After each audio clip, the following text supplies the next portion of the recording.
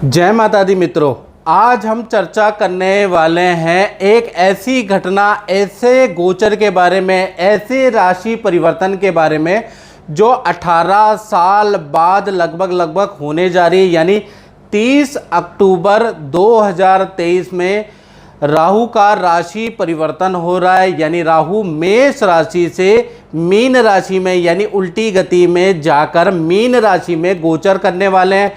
वहीं पर अगर देखा जाए तो राहु का जब गोचर होगा तो केतु का गोचर भी कन्या राशि में होगा। और राहु का ये जो गोचर है, केतु का जो ये राशि परिवर्तन है, एक तो 18 साल बाद हो रहा है मीन राशि में, साथ ही साथ 18 महीने के लिए रहेगा। यानी कि देखा जाए तो 30 अक्टूबर 2023 से लेकर और 30 मई 2025 तक राहु देव मीन राशि में रहने वाले हैं और वहीं पर केतु देव कन्या राशि में रहने वाले हैं। आज हम चर्चा करेंगे राहु के बारे में और अगले एपिसोड में मित्रों हम चर्चा करेंगे कि केतु के बारे में। ये एपिसोड होगा राहु के ऊपर कि राहु का 12 राशियों पे क्या प्रभाव पड़ेगा, इसके बारे में इस कार्यक्रम में चर्चा करेंगे। सबसे पहले राहु का मंत्र, ओम अर्धकाया महावीर्या चंद्रादित्य विमर्दनम सिंगिका गर्भ संभूतम तम राहु पर्णमाम्यम। यानी अर्धकाया महावीर्य, यानी कि राहु की अर्धकाया है और महावीर्य का मतलब बहुत ज़्यादा लालसा और महत्वाकांक्षी वाला ग्रह चंद्रादित्य विमर्दनम, जिसका चंद्रमा और देखा जाए सूर्य से गंभीर शत्रुता है। सिंगिका गर्भ संभूतम तम राहु प्रणमाम्यम, सिंह की सवारी करने वाला ऐसे राहु देव को हम प्रणाम करते हैं।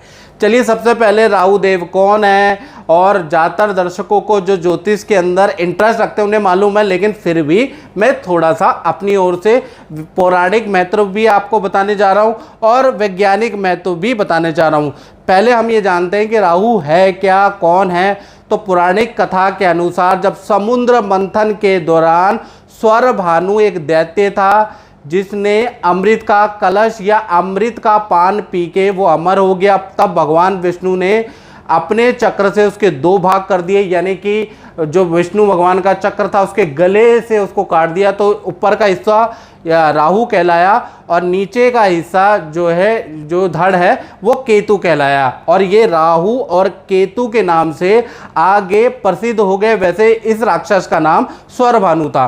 अब वैज्ञानिक महत्व के बारे में मित्रों जानते हैं तो देखिएगा कि ये सूर्य है और सूर्य की परिक्रमा पृथ्वी करती है। मान लीजिए सूर्य है, सूर्य की परिक्रमा पृथ्वी करती है और पृथ्वी की परिक्रमा कौन करता है? चंद्रमा। तो जब जो पृथ्वी की जो कक्षा है और चंद्रमा की कक्षा देखा जाए, जब ये आपस में 2 भागों में ऊपर और नीचे काटती है, यानी कि 2 अक्षांश में काटती है, जो चित्र में दिख रहा है, और उसको नॉर्थ नोड और साउथ नोड कहा जाता है। यानी नॉर्थ नोड और साउथ नोड कहा जाता है और इसको टोटल इस घटना को लूनर नोड कहा जाता है। वहीं पर आपको ऊपर की तरफ केतु महाराज मिल जाएंगे, नीचे की तरफ आपको राहु महाराज मिल जाएंगे, जो कि पृथ्वी की कक्षा और देखा जाए चंद्रमा की कक्षा को 2 भागों में 2 बिंदुओं पे काटता है। आपको चित्र में समझ में आ जाएगा मैं क्या कहना चाहता हूँ। यहीं पर है राहु और केतु, याद रखिएगा।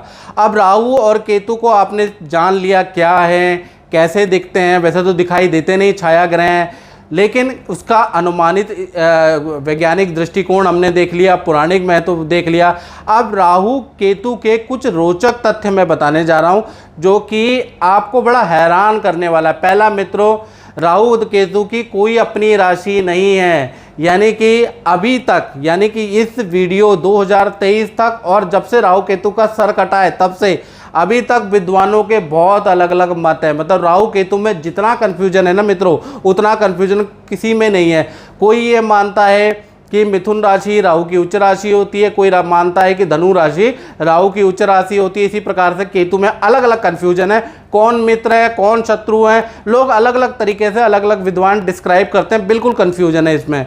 साथ ही साथ सबसे बड़ी इंटरेस्टिंग बात मैं आपको बताऊं, राहु केतु एक ही शरीर से उत्पन्न हुए हैं। यानी कि एक आत्मा दो जान है, लेकिन उसके बाद भी देखा जाए दोनों में भी आपस में शत्रुता है। यानी जब देवता का दर्जा दोनों को मिल गया, राहु को और केतु का, तो एक दूसरे से भी चिढ़ने लगे और एक दूसरे से भी शत्रुता इन्होंने कर ली, जैसे भाई भाई आपस में लड़ते हैं। इसी तरह से देखा जाए तो दूसरा इंटरेस्टिंग पॉइंट क्या है, राहु जिसकी कुंडली में प्रबल होता है ना, वो बहुत बड़ा कॉपी कैट होता है। अब कॉपी कैट का मतलब कि ऐसे व्यक्ति के अंदर चालाकी और देखिए चालाकी जन्मजात होती है। ऐसे लोग बहुत चालाकी करते हैं, बुद्धि से बहुत तेज होते हैं, साथ ही साथ किसी चीज़ की कॉपी करने में जैसे कहते हैं ना, जूते की कॉपी बना ली, सॉफ्टवेयर की कॉपी बना ली, उसकी नकल बना ली, कॉपी करने में बड़े एक्सपर्ट होते हैं, ओरिजिनल को भी मात देते हैं।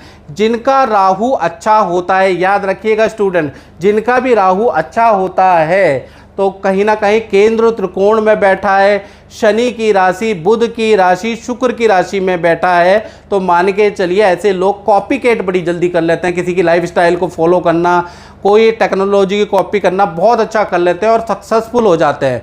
साथ ही साथ केतु के बारे में बात करें तो केतु जो ग्रह है वो इंट्यूशन वाला होता है। यानी केतु जिसका भी स्ट्रांग होता है, और केतु किन राशियों में स्ट्रांग होता है ये बड़ा कंफ्यूजन है। केतु अधिकतर मित्रों जो राशियां हैं बुध की, गुरु की, शुक्र की राशियों के अंदर स्ट्रांग होता है। याद रखिएगा, बुध की राशि, गुरु की राशि, शुक्र की राशि में स्ट्रांग माना जाता है केतु को। तो यहाँ पर केतु अगर होंगे तो आपकी कुंडली में और केंद्र त्रिकोण में होंगे तो केतु आपका अच्छा है, आपके अंदर इंट्यूशन पावर हो जाएगी। यानी आपको एक अनुभव पता चलेगा कि आगे क्या होने वाला है, 10 साल बाद टेक्नोलॉजी कहाँ जाएगी, आपको बुरे और अच्छे की इंट्यूशन आने लगेगी, आपके अंदर इंट्यूटिव पावर आ जाएगी, जिसके कारण आप जो हैं अपने भविष्य को अच्छा बना सकते हैं।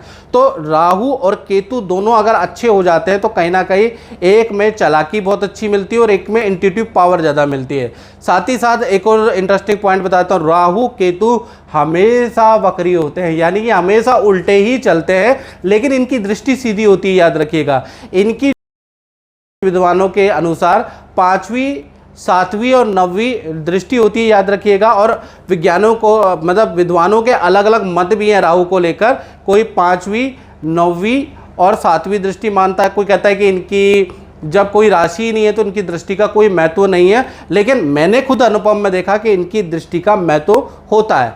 साथ ही साथ देखा जाए तो राहु जब भी राशि परिवर्तन करता है, जैसे कि 30 अक्टूबर 2023 में राहु देव राशि परिवर्तन कर रहे हैं, तो 9 महीने यानी शुरू के जो 9 महीने आपको अच्छा या बुरा दोनों इफेक्ट ज़्यादा मिलेगा, यानी ज़बरदस्त मिलेगा। अगर अच्छे होंगे तो अच्छा इफेक्ट मिलेगा और बुरे होंगे तो बुरा इफेक्ट आपको तुरंत मिलेगा, 9 महीने तक मिलेगा।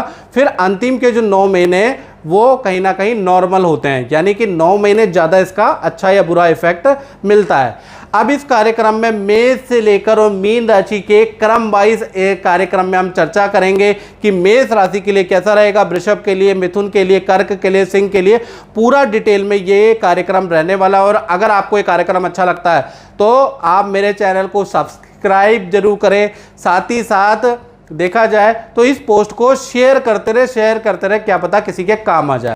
चलिए अब बात करते हैं कन्या राशि पे राहु के गोचर का क्या प्रभाव रहेगा। कन्या राशि वाले ध्यान से देखें, आपके सप्तम भाव में राहु का गोचर हो रहा है। सप्तम भाव मैरिड भाव होता है, यानी कि इसका ज़्यादा ध्यान देना है, शादीशुदा लोगों को ध्यान देना है, जो रिलेशन में है, लव कपल है उनको ध्यान देना है, जो मैं अब बात बताऊंगा। साथ ही साथ सप्तम भाव पार्टनरशिप और व्यापार का है, यानी व्यापारियों के लिए ये गोचर कैसे ज़्यादा इफेक्ट करेगा। और साथ ही साथ देखा जाए जो पार्टनरशिप में काम कर रहे हैं उनके लिए ये गोचर बहुत इफेक्ट करेगा। तो पहला चीज़, ये जो गोचर है ना, इसका नेगेटिव इफेक्ट मिलने वाला, और नेगेटिव इफेक्ट कुछ सावधानियां अगर आप रखेंगे कन्या राशि वाले तो उससे आप बच भी सकते हैं। तो वो सावधानियां क्या रहनी है, पहला इसका नेगेटिव इफेक्ट क्या रहेगा, इसके बारे में चर्चा कर लेते हैं। तो पहला चीज़ ये कि सप्तम भाव शादी का स्थान है, यानी कि जो मैरिड लोग हैं उनका एक्स्ट्रा मैरिटल अफेयर के योग बनते हैं। कोई व्यक्ति आपके जीवन में आ सकता है 18 महीने के अंदर। आपकी शादीशुदा ज़िंदगी आपकी एक गलती से तबाह भी हो सकती है, तो थोड़ा सावधान रहें। इसी प्रकार से जो लव कपल है, जो रिलेशन में लिविंग में रह रहे हैं, तो उनको भी यही सावधानी रखनी है, क्योंकि आपके जीवन में ना चाहते हुए भी किसी और का दखल या प्रवेश हो सकता है। याद रखिएगा, आपका रिलेशनशिप खतरे में आ सकता है।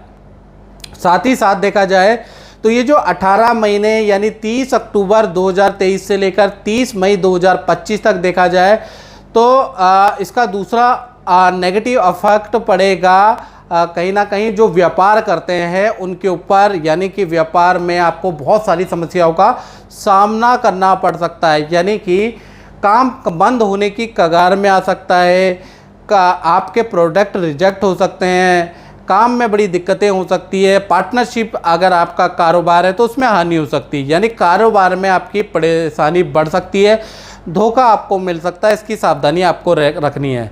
साथ ही साथ देखा जाए तो जो विद्यार्थी हैं, जो नौकरी करते हैं कन्या राशि वाले, उनको घबराने की ज़रूरत नहीं, उनके लिए अच्छा है, सामान्य है, उन पर कोई इफ़ेक्ट नहीं है। हाँ, अगर आप शेयर या देखा जाए शेयर में आपको ज़बरदस्त मुनाफा नज़र आ रहा है, यानी कि इन्वेस्टमेंट में आपको फ़ायदा नज़र आ रहा है, वहीं पर जो पुरानी ज़मीन का वाद विवाद था, जो पुराने मकान के वाद विवाद थे, वो सॉर्ट आउट हो रहे हैं 18 महीने के अंदर। कोई डिसीजन ज़मीन से संबंधित आपके फेवर में आ रहा है, आपको कुछ राहत पहुंचाने वाला आ रहा है, इन्वेस्टमेंट से आपको ज़बरदस्त लाभ होने वाला है। तो कुल मिला के शेयर, पुरानी जो विवाद है वो सॉल्व हो रहे हैं, इन्वेस्टमेंट से आपको लाभ हो रहा है।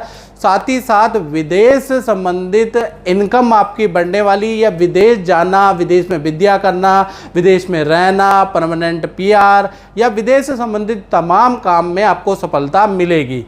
तो कुल मिला के ये जो सप्तम गोचर है ना, इसका प्रभाव एक तो मैरिड लोगों के ऊपर पड़ेगा, दूसरा जो कारोबार कर रहे हैं उन पे पड़ेगा। बाकी औरों को डरने की ज़रूरत नहीं, उन पे इफेक्ट नहीं पड़ रहा, उन पे पॉजिटिव इफेक्ट है, याद रखिएगा।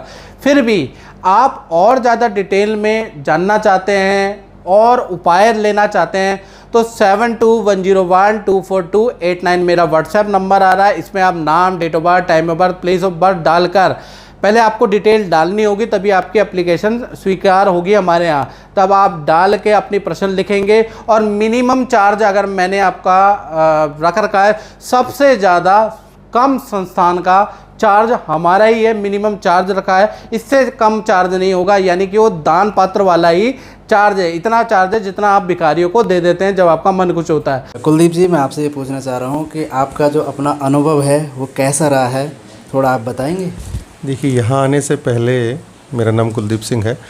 तो ऐसा था जैसे कि मेरा सब कुछ ख़त्म हो चुका था, परंतु ये इस दरबार में आने के बाद जोशी जी से मिला, प्रकाश जी से मिला, आप लोगों से मिला, तो मेरा घर परिवार, सबसे पहले तो मेरे संतान सुख मिला, जो कि जिसमें मुझे बड़े संकट आ रहे थे। 2 बार बच्चा मिसकैरेज हुआ, परंतु जब जोशी जी ने बताया कि पितर दोष है, उसका निवारण आप करिए, वो किया और विद इन 1 ईयर मुझे पुत्र प्राप्ति हुई। 1 साल के अंदर? 1 साल के अंदर मुझे पुत्र प्राप्ति हुई, जो कि मेरे लिए एक बहुमूल्य उपहार था। उसके साल भर के बाद ही मुझे ग्रेटर नोएडा में अपने घर मिला गिफ्ट के रूप में। आज मैं अपने घर में रह रहा हूँ पिछले 20 साल से। बिटिया हुई और आज आप लोगों की दुआओं से बेटे का जो आपने काल सर्प योग का पूजा करवाया 1 साल के बाद, आज मेरा बेटा कनाडा में सेटल है, वहाँ जा चुका है हायर स्टडी के लिए। और ओवरऑल सारा देखा जाए तो कि जो मैं चाहता था, मुझे अपनी चाहत से भी कई गुना ज़्यादा मिला यहाँ आने के बाद। प्रकाश जी से बहुत अच्छी गाइडेंस मिली और उसको नियमित रूप से करते रहे, आगे भी करते रहेंगे, जिसका कि मुझे ही फ़ायदा हो रहा है। हाँ, आंतरिक शांति में भी फ़ायदा हो रहा है, सुख समृद्धि में भी फ़ायदा हो रहा है, परिवार की खुशहाली में भी फ़ायदा हो रहा है।